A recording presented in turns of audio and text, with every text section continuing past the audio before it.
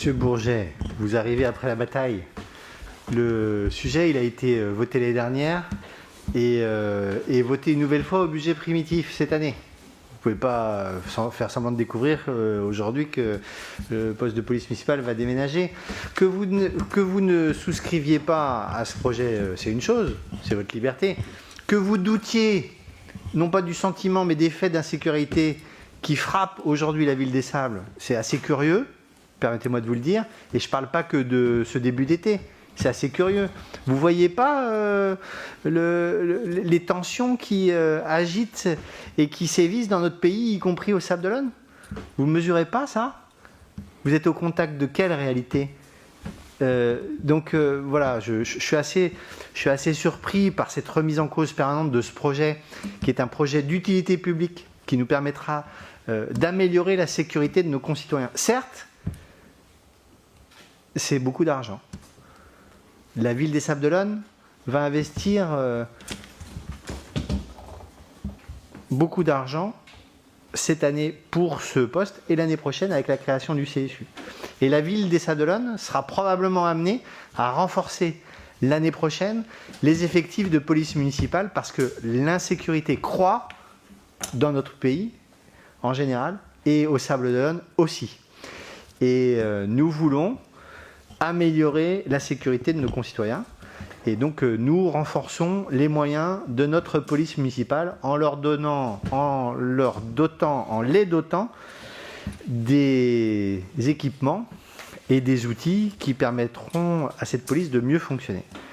Quant au sujet de la police nationale, la ville des Sables d'Olonne a fait la proposition à l'État, d'offrir un espace qui permettrait à la police nationale de créer un nouvel hôtel de police nationale à côté de l'hôtel de police municipale, et de racheter l'actuel commissariat pour l'intégrer au plan d'aménagement élargi du cours du pont devenu cours Louis Guédon.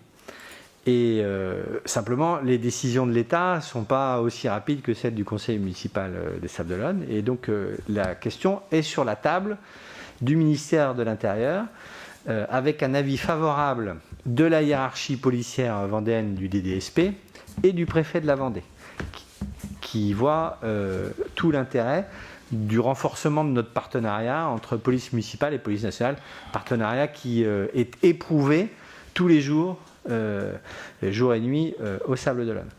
Et donc voilà, on n'a pas de baguette magique, mais on a la volonté d'agir, et on agit et on investit, parce que recruter un nouveau directeur de la sécurité, de la tranquillité et de la prévention, investir un nouveau poste de police municipale, implanter de nouvelles caméras de vidéoprotection et renforcer les effectifs, ce sont des signes clairs qui nous aideront à endiguer la vague d'insécurité croissante qui s'abat sur la ville des Sables d'Olonne, sur les Sablaises et sur les Sablais. Et sans sécurité, il n'y a pas de liberté, il n'y a pas de commerce, il n'y a pas de dynamique, il n'y a pas de qualité de vie. Et donc c'est un choix assumé de notre équipe municipale, qui est contestable, que vous contestez, mais c'est un choix que nous assumons et que nous défendrons à chaque fois que nécessaire. Et je pense qu'on n'est pas au bout, ni de nos investissements, ni de nos recrutements, pour renforcer la capacité opérationnelle de notre police municipale. Parce que c'est une exigence aujourd'hui que de combattre l'insécurité qui grandit aux Sables d'Olonne et qui n'est pas acceptable. Les Sables d'Olonne a été pendant très longtemps une ville tranquille, paisible, dans laquelle il était facile et tout à fait ordinaire de se balader à n'importe quelle heure du jour et de la nuit, et ça n'est plus le cas. Ça n'est plus le cas.